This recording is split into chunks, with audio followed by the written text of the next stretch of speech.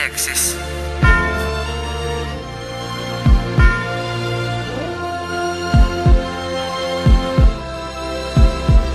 Salamat sa lahat ng iyong binibigay na liwanag. Akin na aaninag ang iyong sinag, hindi matinag. Sangtala sa kalangitan na pala yung hinahanap. Pag-asa sa pangharap na kiniyayakap ang isla ng Pasko. Parang makinang na bling-bling, kumikislap na pag-asa na sa amin nagningning at nagpapalakas ng loob upang bumangon at umahon sa hampas ng mga malalakas na alon. Isang liwanag na sandata mula sa kalangitan, panlaban sa kadiliman ng aking kaisipan. Kaliwanagan patungo sa tamang daan, naging nakaalalay sa amin sa mundong ginagaliwan. Paligaya kaarawan ang nasilbi itong ilaw, walang iba kundi ikaw. Salamat sa liwanag mo, muling magkakakulay ang Pasko.